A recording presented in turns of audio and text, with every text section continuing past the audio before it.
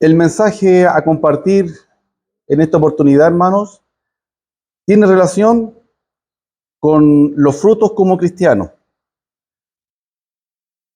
¿A qué se refiere los frutos como cristianos? La palabra fruto significa, en pocas palabras, resultado, ¿verdad? Es el resultado de ser cristiano. Frutos de cristiano, hermano, es un término extremadamente amplio.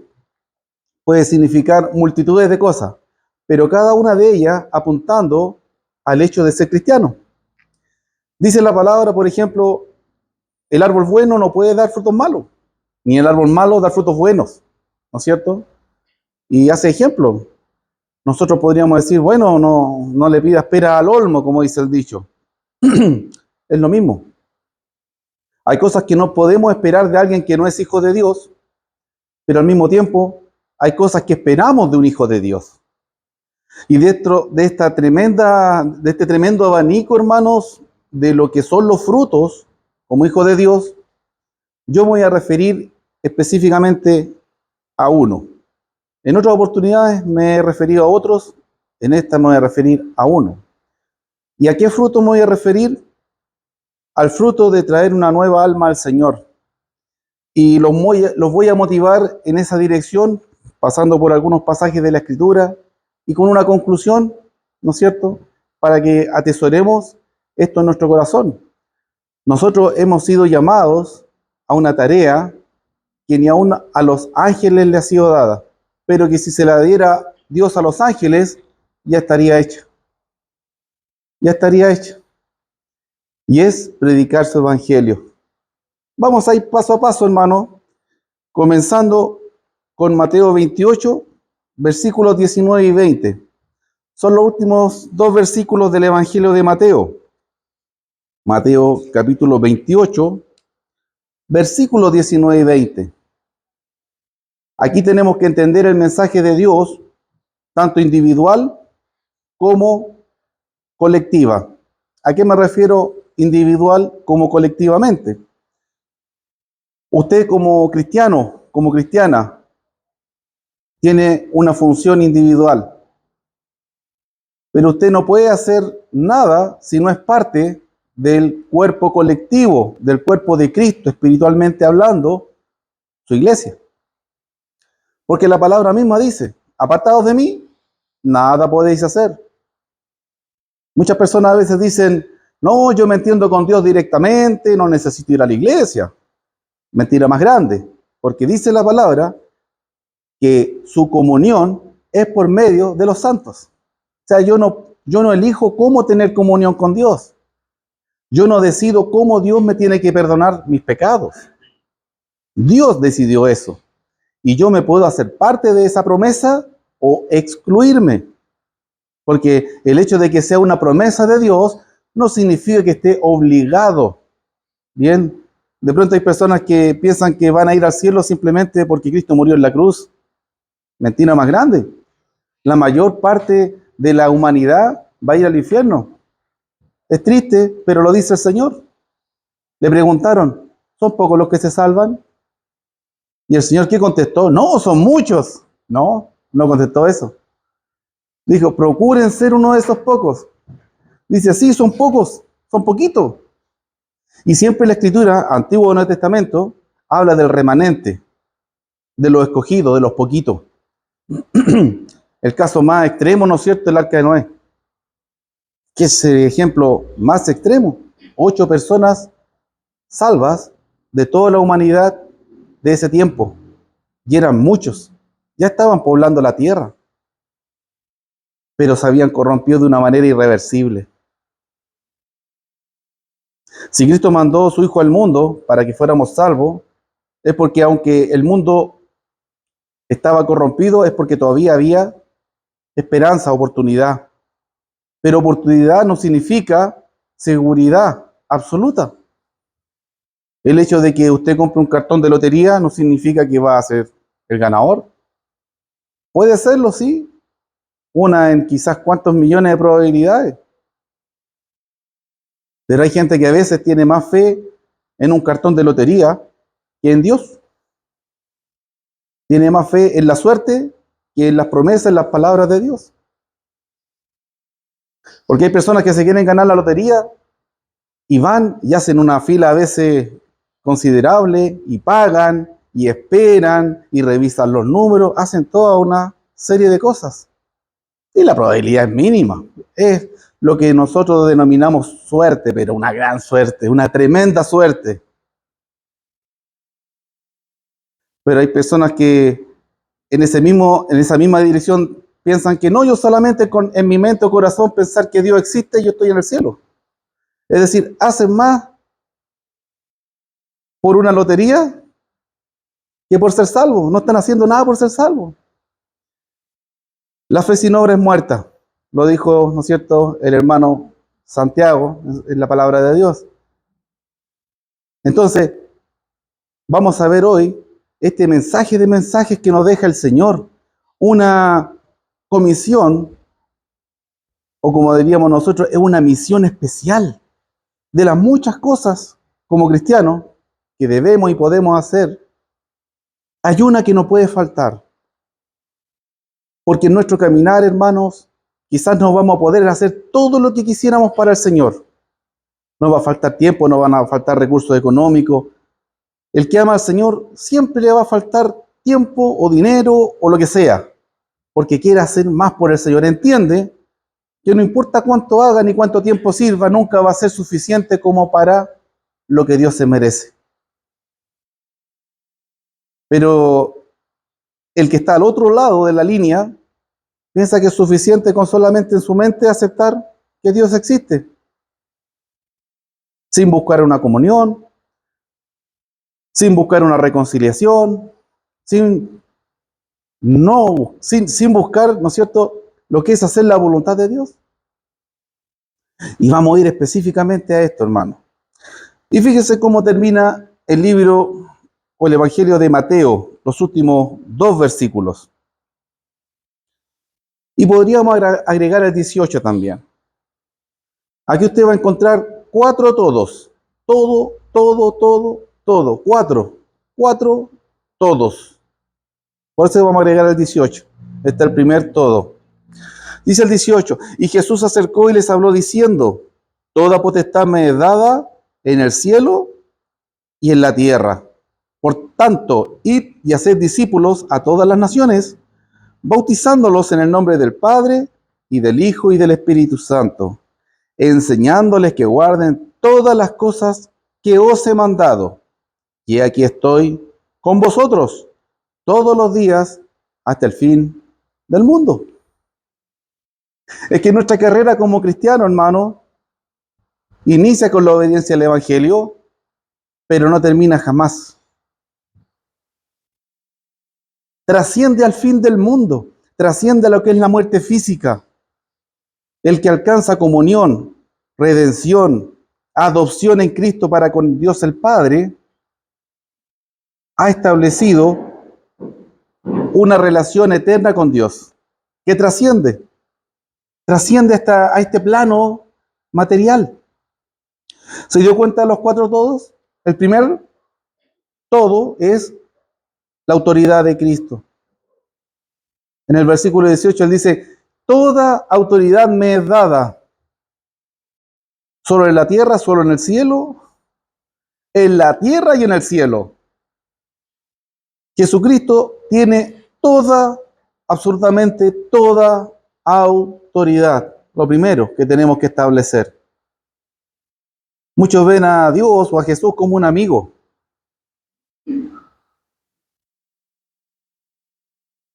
Ni al jefe se atreven a tutearlo, a hablarle como amigo, pero al que tiene autoridad sobre el cielo, sobre la tierra, lo tratan como amigo. Es una falta de entendimiento terrible, una falta de razonamiento natural. Bueno, primero, toda autoridad pertenece a Jesucristo en cualquier lugar. Segundo, él dice, id y haced discípulos a todas las naciones. El Señor envía, comisiona a sus discípulos a ir a toda nación.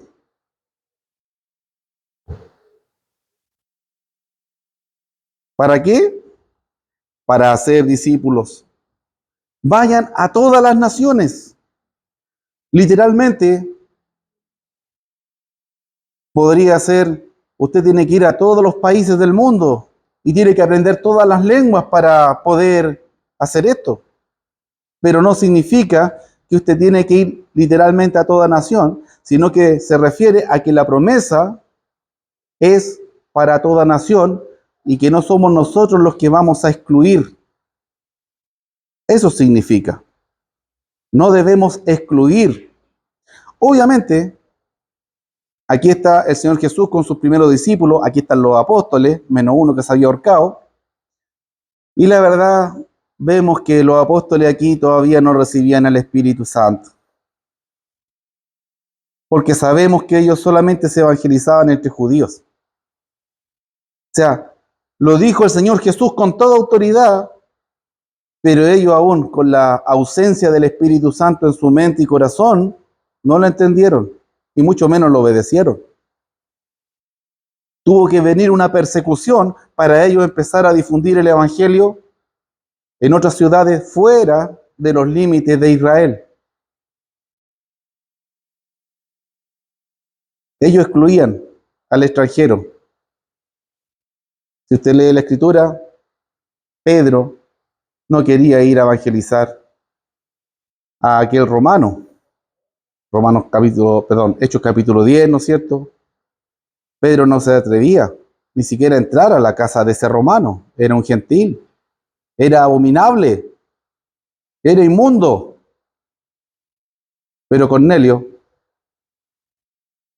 era un hombre que había captado la atención de Dios.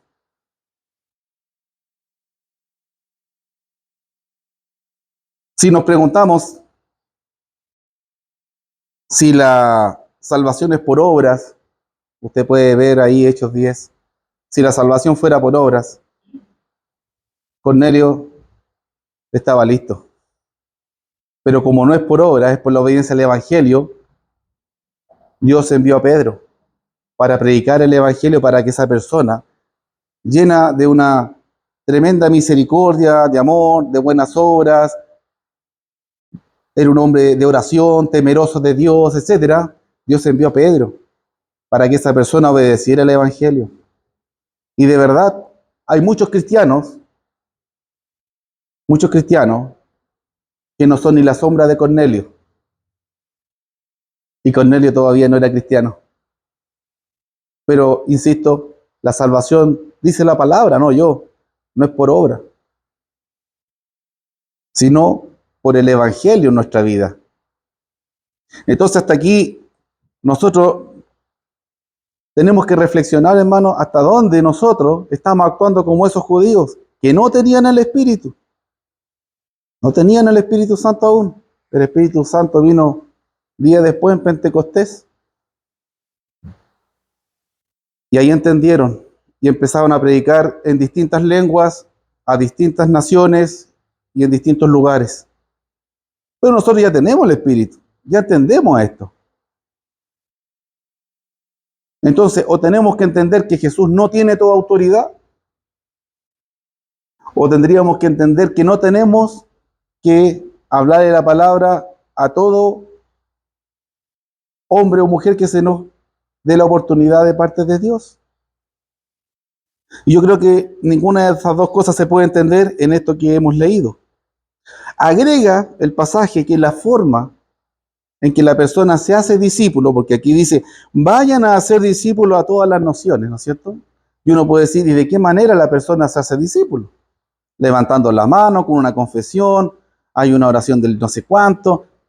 ¿Cómo se hace discípulo la persona? ¿O simplemente es una decisión en el corazón, da lo mismo? No. No lo decide la iglesia, no lo decide el hombre, lo decide Dios mismo. Y Él dice, bautizándolos en el nombre del Padre, del Hijo y del Espíritu Santo. Se necesita, ¿no es cierto?, que demos el paso de obediencia bautismal, en donde representamos, por la fe en Dios, la muerte, sepultura y resurrección de Cristo. Si una persona, porque ocurre mucho que en las denominaciones, en los grupos religiosos, hacen campañas y bautizan muchas personas, pero ocurre también que en esas campañas las personas entienden cada uno su película y no entienden lo que están haciendo a la luz de la palabra. Entonces, muchas personas, por no decir todas, porque conozco el caso de cerca, se bautizan sin entender que el bautismo es un proceso espiritual en el que participamos de la muerte, sepultura y resurrección de Jesucristo. Y que es el momento en el que yo, por aceptar esa muerte, sepultura y resurrección de Cristo, recibo por la gracia divina perdón de pecados. Si no entendemos eso, no hemos obedecido el Evangelio. Sí, se ha bautizado, pero no ha obedecido el Evangelio. El Evangelio es mucho más que bautizarse. Cada vez que usted se pega un piquero en una piscina, hermano, eso es un bautismo. Pero eso no es obediencia al Evangelio. Nos faltan dos todos. Dice, enseñándoles que guarden todas las cosas que yo he mandado. Muchas personas entienden que el bautismo es suficiente. Gran mentira del diablo. No lo dice Dios. Pero muchas personas piensan que el bautismo es suficiente. Y no. Aquí lo que está declarando la palabra es que el bautismo es algo necesario. Es la iniciación. La iniciación como discípulo de Cristo, entendiendo y creyendo lo anteriormente dicho. Es la iniciación. Pero se necesita que ese discípulo lo necesita, ¿qué cosa? Ser instruido en todas las cosas que el Señor ha mandado. Muchas son las personas que yo digo hacen pésimo la pega, se preocupan de andar bautizando, pero no discipulan, no le enseñan a la persona lo que el Señor ha mandado. Es casi dejar una guagua recién nacida botada, hermano. Esa es la figura. La Escritura es clara que toda persona que ha sido bautizada por alguien que obviamente la evangelizó, ese personaje que lo evangelizó, o la iglesia en donde se desarrolló ese proceso, tiene la obligación delante de Dios de instruirlo en todas las cosas que el Señor ha mandado. Yo no sé qué pasa con este proceso, que durante años me he encontrado en distintas iglesias con personas que llevan varios años, y cuando digo varios años son más de 5 hasta 10, y son personas ignorantes realmente en las cosas del Señor. Y no le pueden echar la culpa a nadie porque la palabra es tan accesible que solamente necesitamos interés. Nada más. Si ya la Biblia llegó a ser hace tiempo gratis, te la descarga en el celular y si le cuesta leer le dice, háblame. ¡Qué facilidad! Pero hasta el día de hoy todavía hay personas que por seguir a Cristo son perseguidas, son violentadas, son muertas. En Nigeria se habla de 7.000 en lo que va de año. Son terribles. Y de repente aquí pensamos que a nosotros nos cuesta ser cristianos, que falta respeto para esos hermanos que por solo intentarlo, por solamente declarar su interés, los decapitan. Más cuidado cuando digamos que es difícil ser cristiano, porque aquí, en lo que yo he visto, hermano, no conozco un lugar en el mundo más fácil para ser cristiano que Santiago de Chile. No conozco. Y por el internet, usted sabe, uno conoce el mundo entero. Yo soy muy dado a investigar, a estudiar. Lo más fácil para ser cristiano aquí es tan fácil que no importa, que no le interesa. Cuando algo es tan fácil, no importa, no interesa. Cuando la Biblia era prohibida, cuando la Biblia estaba bajo ocultismo, todos querían saber lo que decía. Pero nada más que la Biblia se hizo pública, se imprimió en distintos idiomas, a una facilidad económica, y ya no es tan importante. ¿Por qué? Porque la puedo leer cuando quiera. ¿Se da cuenta de la lógica? Ah, sí, está bien, sí es importante la palabra de Dios, pero la puedo leer cuando quiera. La puedo estudiar cuando quiera, o sea, la puedo estudiar mañana o pasado, cuando quiera. Pero eso es muy similar al dicho de la persona que está en un vicio y dice lo dejo cuando quiero, pero nunca quiere, nunca lo deja. Lo mismo con la palabra al revés. Dice que lo puede hacer cuando quiera, pero nunca lo hace. O sea, nunca quiere, pero se autoengaña, pensando en que lo va a hacer después. Y pasan años. Y por último, una promesa, hermano. Pero como toda promesa eterna, es condicionada. Yo lo desafío a usted, hermano, hermana, a buscar una promesa eterna que no sea condicionada. Y le anticipo, no la va a encontrar. Una de las cosas en las que me especialicé cuando compartí la palabra por años en la universidad, fue eso. Las promesas de Dios temporales son totalmente libres, incondicionales. El Señor sobre buenos y malos hace llover, salir el sol, hace germinar las semillas de la tierra, les da el aliento de vida cada día, llena de bendiciones a cada persona, buenas o malas. Son bendiciones temporales, pero no hay una sola bendición eterna que no sea condicionada. Si se dio cuenta, aquí la promesa es, como termina el versículo 20, y he aquí yo estoy con vosotros todos los días hasta el fin del mundo. Y he aquí significa, entonces estaré con ustedes hasta el fin del mundo, cada día. El Señor no está con nosotros solamente el domingo. La semana tiene 7 días, 7 días el Señor está con nosotros, cada día. Pero para que esta promesa sea verdad en nosotros, o dicho de otra manera, para que esta promesa se haga vida en nosotros, ¿qué tenemos que hacer nosotros? Los tres todos anteriores. Reconocer que Jesús tiene toda autoridad, evangelizar, predicar el evangelio de salvación a cada persona y a las personas que obedecen el evangelio, enseñarle todo lo que el Señor ha ordenado. Entonces, como dice aquí, y aquí, yo estaré con vosotros todos los días hasta el fin del mundo. ¿Quién no quiere que el Señor esté con él todos los días hasta el fin del mundo? Todos queremos eso. Pero ¿estamos haciendo lo necesario? Ese es el punto. Yo conversé entre este año y el pasado año, ¿no es cierto? Ya prácticamente 2 años completos, se nos va en poco tiempo, con muchas personas, sobre todo extranjeros, pero independientes, a que sean extranjeros o locales, el problema es no estar haciendo lo necesario, porque es algo que pueden hacer después. Después puedo ir a la iglesia, después puedo estudiar la palabra, después puedo orar, después le puedo ir a hablar el evangelio a esta persona. Entonces, como lo puedo hacer después, no lo hago nunca. Y pregúntese honesta y sinceramente si no es su caso. Porque si no, aquí tendrían que haber visitas, al menos una, porque llevamos los últimos 2 años sin un alma nueva. Y el Señor bendice el trabajo que se hace en su obra. Es promesa de Él. ¿Qué dijo Pablo? Él dice, Apolo regó, ¿no es cierto? Yo planté, pero el crecimiento, ¿quién lo da? Dios.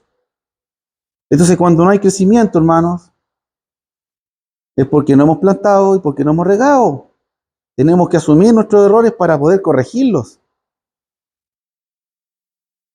Porque Dios, dice la palabra, se agrada, se goza. Usted sabe, aquí vamos a citar el versículo. Hay fiesta en el cielo por un alma que se arrepiente, hermano. Llevan como 2 años en el cielo para hacer la fiesta, pues, hermano, aquí. Y el desafío para nosotros es que ese tiempo, para la próxima fiesta en el cielo, por un alma que nazca aquí, se reduzca a la mínima expresión. Pero para ello tenemos que tener conciencia de estos cuatro todos. El primero, que como cristianos hemos entregado nuestra voluntad al Señor. Porque eso es ser cristiano.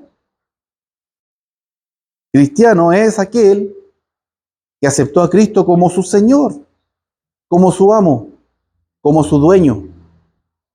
No, es que yo quiero a Jesús como Salvador nomás. Yo quiero que Él me reconozca cuando venga del cielo en el juicio final, pero yo tengo mucho trabajo, yo tengo muchos compromisos, tengo mucha vida social, tengo muchos hobbies, estoy muy enfermo, estoy muy cansado, estoy...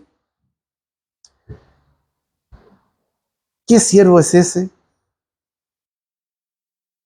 Bueno, no es siervo, no es siervo. Estamos viendo a Cristo como un igual. Y en el día del juicio lo vamos a mirar como de tú a tú. Y ya, pues, déjame pasar para el cielo. Jesús murió en la cruz. Y la oportunidad de nosotros ingresar un día a la eternidad en el cielo con Dios fue el costo de que Él muriera en la cruz, de que Él derramara su vida, de que Él y el Padre, todo lo que entendemos como Dios, dice, de tal manera amó Dios al mundo, que envió a su Hijo a este mundo para que por medio de Él fuera salvo. Pero tenemos que entender que lo hizo por amor. No lo hizo ni por obligación, ni por cargo de conciencia, ni por compromiso. No, lo hizo por amor. Nada obligaba a Dios a enviar a su Hijo, nada obligaba al Hijo a ir a la cruz. Fue por amor, para darnos una oportunidad real de salvación. Pero muchos no se van a salvar, porque están viviendo sus vidas como que eso no pasó. Y eso que le ponen buenas películas para Navidad, para Semana Santa, etcétera. Es lo que es el colectivo cultural, porque nosotros con Semana Santa y Navidad nada mucho. No creemos en la Semana Santa, creemos en una vida santa. Y nuestra referencia de salvación tiene relación con la muerte y resurrección de Cristo.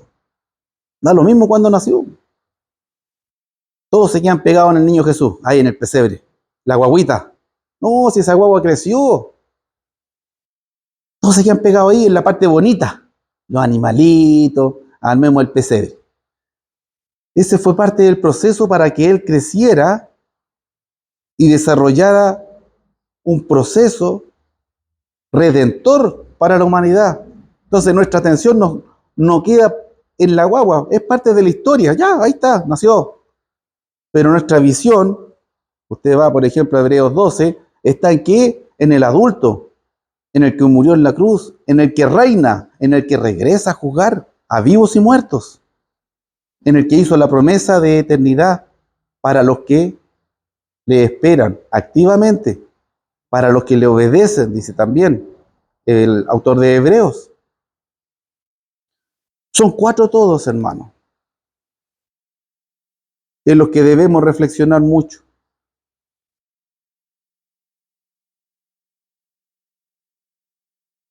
No es quizás algo nuevo en nuestro oír, pero sin duda, si esto penetra en su corazón, en mi corazón, si esto penetra en lo más profundo de su ser, va a ser algo nuevo que usted está experimentando. Porque honestamente, hermano, en estos 11 meses que van de año, ¿cuántas personas nos hemos dedicado a compartir la palabra cada semana? Porque cuando el año está empezando, 52 semanas creo que son. Tengo tantas, pero es que ya van quedando ¿cuántas? 5. 5. ¿Y qué hizo con las 47? No, mejor espero que termine este año para tener 52 de nuevo y pensar, lo puedo hacer cuando quiera, total son 52 semanas. Son 365 días, hermano, ¿para qué nos vamos a preocupar? Es que la palabra nos enseña, nos instruye a no contar con el día de mañana, ni siquiera contar con el día de mañana, hermano. Pero de pronto yo veo a la iglesia, hermano, cayendo en el error del mundo, que no conoce a Dios. Y ya está planeando las vacaciones del próximo año. ¿Y si el Señor viene antes? Si este año no termina. No es que está pensando en dónde va a meter al hijo, los que entran a la universidad, los que tienen que matricularse, los que están buscando un nuevo trabajo, empiezan un nuevo... Puras cosas del mundo, temporales. Y Mateo 6:33, Mateo 6:33, ¿qué nos dice?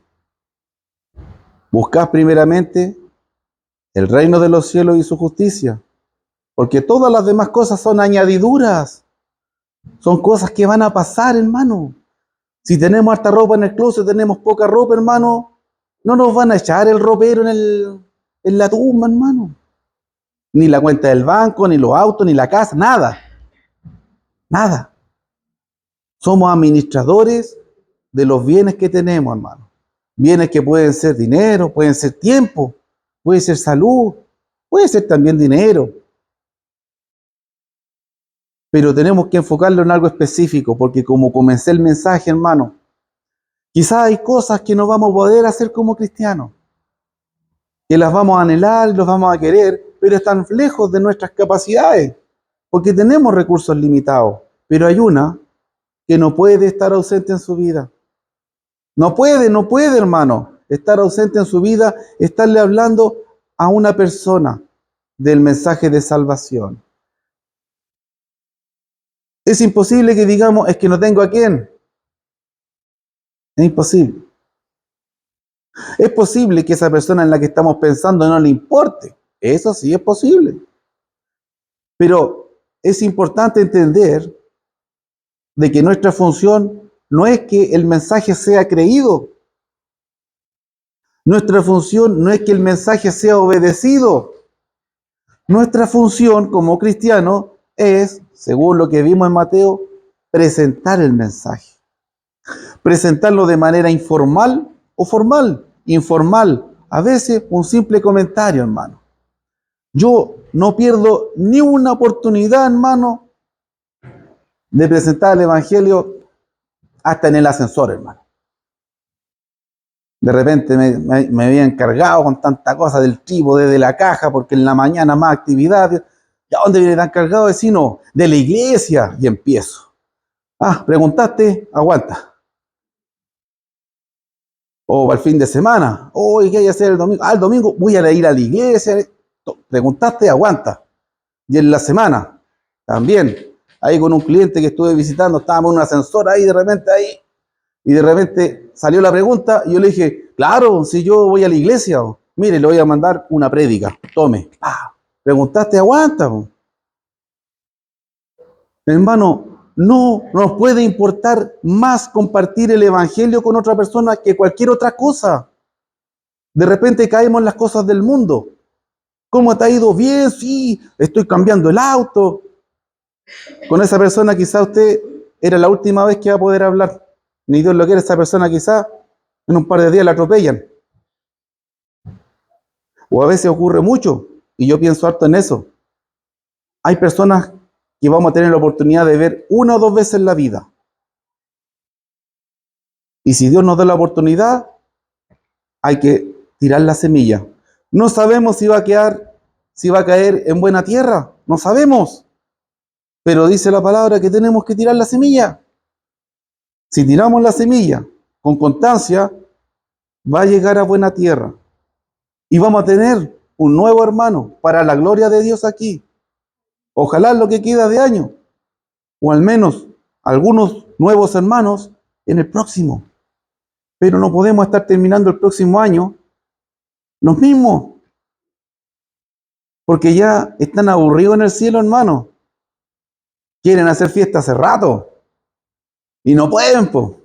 No es que no ha nacido a nadie. Ningún hombre, ninguna alma, mujer se ha arrepentido. Y de verdad, hay fiesta en el cielo, dice el Señor. ¿Usted se imagina lo que es una fiesta en el cielo, hermano? Es que no tomamos conciencia a veces. No entendemos. Lo vemos como algo superficial. Nosotros cuando pensamos en fiestas, la fiesta es importante. Ay, mi hijo cumple 15 años. Ay, me caso. No, tiene que ser con todo. Eso no es nada para lo que es una fiesta en el cielo, hermano. Y nosotros podemos producir, hermano, obviamente que con la gracia de Dios no es el trabajo nuestro. El Señor da el crecimiento. Nosotros podemos provocar cantidad de fiestas en el cielo, hermano. ¿Cuántas fiestas ha provocado usted, hermano? ¿O cuántas fiestas usted ha contribuido para que se hagan en el cielo, hermano? Si su respuesta es ninguna, ya. Amén. Hay una pregunta más importante. ¿Está conforme con eso? Yo no. Este año ninguna persona, y trabajé para la gloria de Dios. Yo trabajé, Dios sabe si fue mucho o harto. Los que me conocen dicen que mucho. Yo siempre encuentro que es poco para el Señor, pero en fin. Yo trabajé este año. Este año, bueno, todavía queda un poquito más de un mes. No hubo nadie que fuera a las aguas, ¿no? Dejé esperando al cielo también yo. Quizá usted también. Pero yo no estoy tranquilo por eso. No estoy conforme. No estoy conforme.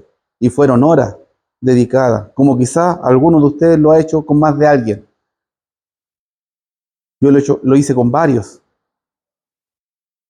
Con personas con ese, que trabajé 3, 4 meses, toda la semana, una vez. Y llegó el momento de la verdad y tomaron la decisión de no aceptar al Señor como el Salvador de sus vidas. O sea, entendieron el mensaje, pero no quisieron ser salvos. Bien, yo hice mi trabajo, sembré, pero no estoy conforme. Yo sé que el resultado lo da Dios, pero me quedé con ganas de que se hiciera fiesta en el cielo. Y eso es lo que le quiero transmitir a usted con este mensaje. Esa inquietud de provocar una fiesta en los cielos, hermano. Yo no estoy conforme de solamente haber trabajado, de haber dedicado tiempo. No estoy conforme. Este año, por mi parte, no hubo un alma para el Señor ganada. Mucho trabajo, sí, mucho trabajo. Esa inquietud yo se la quiero transmitir a usted, hermano. No podemos estar tranquilos, no podemos estar conformes. Tenemos que generar fiesta en el cielo. Reconocer que el Señor tiene toda autoridad, que nos envía a cada persona. ¿A qué? A discipularla por medio de el Evangelio, hacerla un discípulo más. Enseñarle todas las cosas claritas. ¿Para qué? Para que se cumpla esa promesa. Que todos quieren la promesa, pero nadie hace la condición. ¿Y cuál es la promesa? Que Él va a estar con nosotros todos los días hasta el fin del mundo. Amén.